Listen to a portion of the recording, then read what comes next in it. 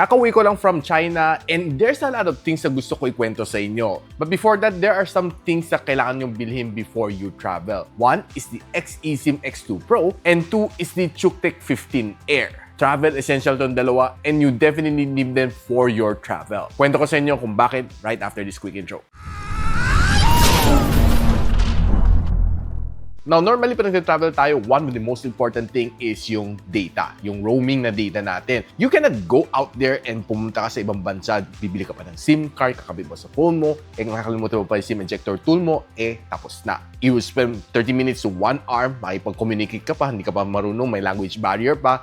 It is so hassle. And yet, ang daming phone sa inyo na wala pang eSIM support. Dahil lang mga China ROM phones and mga medyo mas budget-friendly na phones. Diyan papasok ang XeSIM X2 Pro. Sobrang okay to and this one is compatible both Android and sa iOS. Okay na okay to, no? Pagbukas mo, kompletong-kompleto siya. Ang dami ng cuts, so pwede yung gamitin buong SIM card, mini or nano SIM card. And meron pa siyang kasamang SIM ejector tool para hindi ka mahirapan. So, I'll quickly pop it out dito. Kunin ko lang yung kanyang nano SIM, no? And I'll insert it sa aking Honor Magic 7 Pro. So, kabit lang natin siya sa SIM 1 and yung local SIM ko kabit ko sa SIM 2. Okay? So, balik natin. So, next is to download itong XeSIM na app. So, buksan na natin. Since na-download ko na, yan o. So, walkthrough ko lang kayo. So, mag-enter ka lang ng valid email. So, pag-register mo, makakuha ka ng ganitong code. I-verify lang natin. So, yan, naging verified user na tayo. So, nakabili tayo ng 10 days validity na data since I'll be going to China and my data size is 20 gig. This ensures me na enough itong usage ko, no? And I'll be just sharing it also to my family para isang eSIM lang kami. So, ito download ko lang right now. So, pwede natin activate now since bukas alis na rin naman ako. Okay? So, just switch lang natin mobile data. So, nilagay ko na sa SIM mo ng kanang mobile data. So, nakakuha na tayo ng Joytel na CSL na data for my trip to China. And what's so nice dito sa kanya is I hosted all of my SIM dito sa XeSIM X2 Pro. Smart SIM ko, yung Kick prepaid SIM ko, yung Taiwan na prepaid SIM ko, and yung bagong bili ko na prepaid for me to travel to China for 4 days and it's 5 gigs worth of data for just 5 days. Ang bilis naman mag-switch ng SIM card, so all you need to do is papasok ka lang sa XeSIM na app, select mo lang kung anong SIM card gusto mo i-activate, then yun na. Walang kahirap-hirap. And what's nice dito sa kanya is that pwede ka pang pumili ng mga data packages inside. Ang dami mong pwedeng piliin sa loob, magsawa ka, no? And there's different packages, different pricing, so kayo na bahala pumili kung ano nararapat sa inyo. And meron pa mga unlimited, no? Pwede rin silipin. Pagdating naman sa power bank, there is a new ruling sa China. Yung bagong 3C na standard, kinakailangan yan pag travel mo sa China. Whether it's local traveling within China or you travel internationally to China, importante yung may CCC na logo sa likod na yung power bank. It's the CE counterpart na ginagamit sa China. And buti na lang yung certificate na yun meron dito sa likod ng aking Cuktech 15 Air. Actually, nung nagtatravel ako locally, nung in-inspect ang aking power bank, buti na lang nakita na itong logo na to. Kundi, na-confiscate na itong power bank ko. Kasi I used to travel with this one, si Cuktech 10. And what's nice with this power bank is sobrang bilis nila mag-charge ng mga phones ko. Xiaomi, Honor, Vivo, wala kang maging problema dito dahil support niya ang fast charging on these said phones. Pag kinakabit ko to sa aking Xiaomi 15 Ultra, expect na magkakaroon siya ng 90 watts na fast charging support. Yan, tingnan nyo. Di ba? Max out.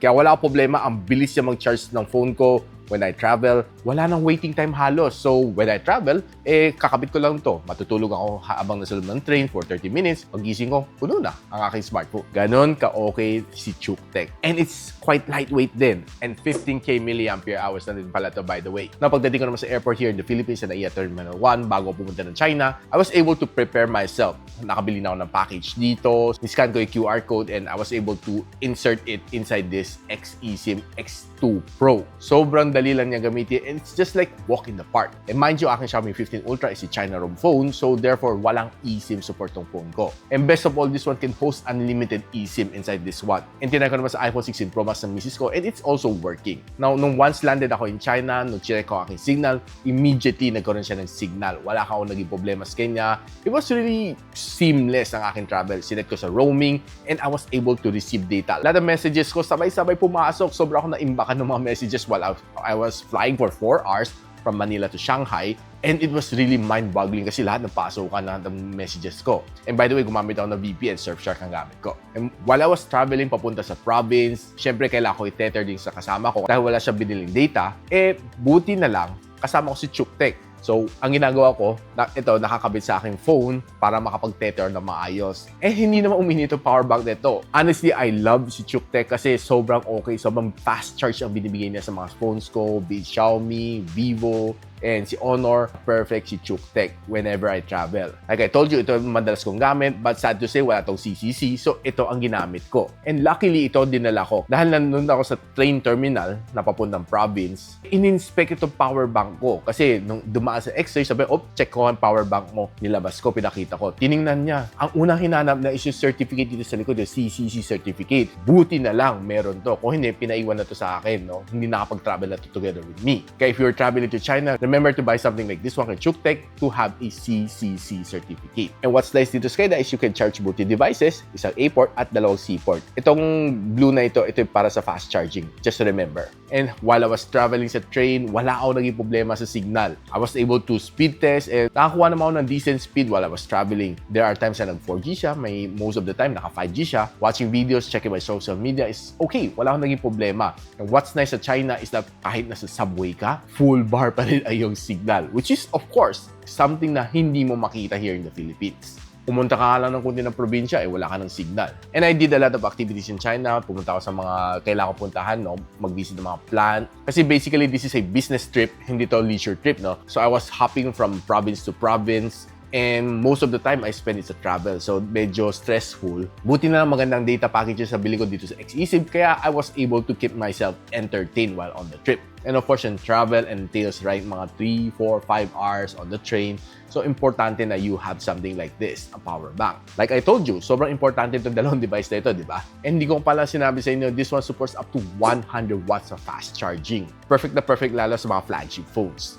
And throughout the whole travel, wala naging problema dahil I did the right choice. I bought the right SIM card na may eSIM support. I bought the right power bank na may fast charging support. Plus may CCC certificate. Wala akong naging problema sa buong trip ko. Kaya kayo guys, suggest ko sa inyo that you can buy both of these devices. Si XeSIM X2 Pro para sa inyo travel or kahit gamitin mo na to here in the Philippines. You can host a lot of SIM card here inside. And itong si Cuktech 15 Air that can quick charge all of your devices at the same time. So if you're a travel junkie just like me or kahit hindi ka nagta-travel, make sure to be ready with both of these devices dahil I'm pretty sure magagamit mo talaga siya. I'll just simply post the link on the description box below para mabili nitong both devices or just simply click the link na biglang lilitaw sa inyong screen para sa mga official link. Dahil magpapasko na, so I'm pretty sure ang dami scammer na rin. So if you find this video helpful, i-share nyo sa inyong mga kaibigan. And of course, ina-encourage ko kayo i-like and subscribe itong aking channel para marami kayong matutunan just like this video. So paano yan? Hanggang muli, I'll see you on the next video.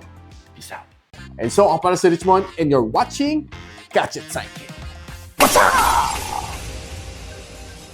Like and subscribe to my channel. Don't forget to hit that notification bell. For one of my latest uploads, click the dito. And for one of my popular uploads, click here.